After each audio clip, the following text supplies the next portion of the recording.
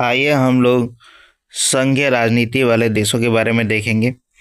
जैसे कि आप देखिए, इसमें अगर हम संघीय राजनीति वाले देशों की बात करें तो इसमें हमारा रूस है। रूस के बाद हमारा भारत, पाकिस्तान, ठीक है। तो ये हमारे जो रेड वाले इलाके हैं वो हमारे संघीय राजनीति व्यवस्था वाले हैं, और जो हमारे सफ़ेद वाले हैं वो हमारे संघीय राजनीति वाले नहीं हैं। अगर हम 2002 की बात करें, ये एनसीईआरटी है। तो दुनिया भर में 192 देशों में केवल 25 देशों में ही संघीय व्यवस्था थी, और जिसमें दुनिया के 40% जनसंख्या जो है रहती है। जैसे कि भारत हो गया, भारत में भी काफ़ी बड़ी आबादी रहती है। तो इस प्रकार से आप देख सकते हैं कि बहुत सारे दुनिया के देशों में हमारा एक संघ यानी फेडरल गवर्नमेंट है, और फेडरल गवर्नमेंट टाइप की व्यवस्थाएं हैं।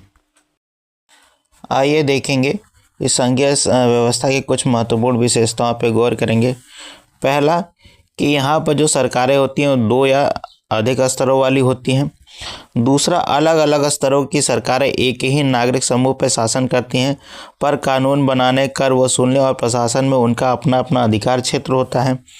विभिन्न स्तरों की सरकारों के अधिकार क्षेत्र संविधान में स्पष्ट रूप से वर्णित होते हैं, इसलिए संविधान सरकार के हर स्तर के अस्तित्व और प्राधिकार की गारंटी और सुरक्षा देता है।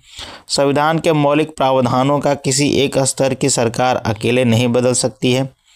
ऐसे बदलाव दोनों स्तरों की सरकारों की सहमति से ही हो सकते हैं। अदालतों को संविधान और विभिन्न स्तरों के सरकार के अधिकारों की व्याख्या करने का अधिकार है। विभिन्न स्तरों के सरकारों के बीच अधिकारों के विवाद की स्थिति में सर्वोच्च न्यायालय निर्णायक की भूमिका निभाता है। वित्तीय स्वायत्तता निश्चित करने के लिए विभिन्न स्तरों की सरकारों के लिए राजस्व के अलग अलग स्रोत निर्धारित हैं। इस प्रकार से संघीय शासन व्यवस्था के दोहरे उद्देश्य हैं। पहला, देश की एकता की सुरक्षा करना और उसे बढ़ावा देना, और दूसरा, इसके साथ ही क्षेत्रीय विविधताओं का पूरा सम्मान करना। इस कारण देखिए, केंद्र और विभिन्न राज्य सरकारों के बीच में सत्ता का बंटवारा हर संघीय सरकार में अलग अलग किस्म का होता है। यह बात इस चीज़ पर निर्भर करती है कि संघ की स्थापना किन ऐतिहासिक संदर्भों में हुई है। पहला, संघीय शासन व्यवस्थाएं आमतौर पर 2 तरीकों से गठित होती है। पहला तरीका 2 या अधिक स्वतंत्र राष्ट्रों को साथ लाकर एक बड़ी इकाई गठित करने का। इसमें दोनों स्वतंत्र राष्ट्र अपनी संप्रभुता को साथ करते हैं, अपनी अलग अलग पहचान को भी बनाए रखते हैं और अपनी सुरक्षा तथा खुशहाली बढ़ाने का रास्ता अख्तियार करते हैं। जैसे कि इनमें केंद्र सरकार यानी जो हमारे फेडरल गवर्नमेंट रहती है और जो राज्य यानी स्टेट गवर्नमेंट रहती है, उन दोनों के अधिकार लगभग बराबर होते हैं। जैसे संयुक्त राज्य अमेरिका, स्विट्जरलैंड और ऑस्ट्रेलिया।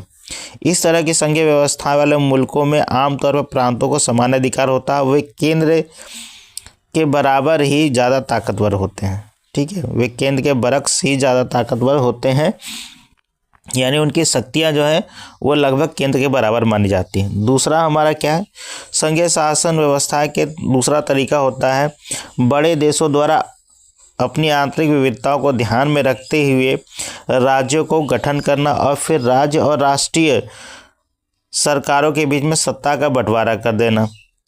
भारत, बेल्जियम और स्पेन इसके उदाहरण हैं।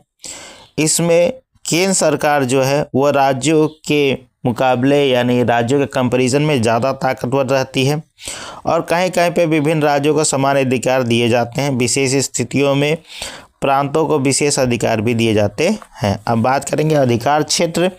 अधिकार क्षेत्र क्या होता है? ऐसा दायरा जिस पर किसी का वैधानिक अधिकार हो। यह दायरा भौगोलिक सीमा के अंतर्गत परिभाषित होता है, और इसके अंतर्गत कुछ विषयों को भी रखा जा सकता है।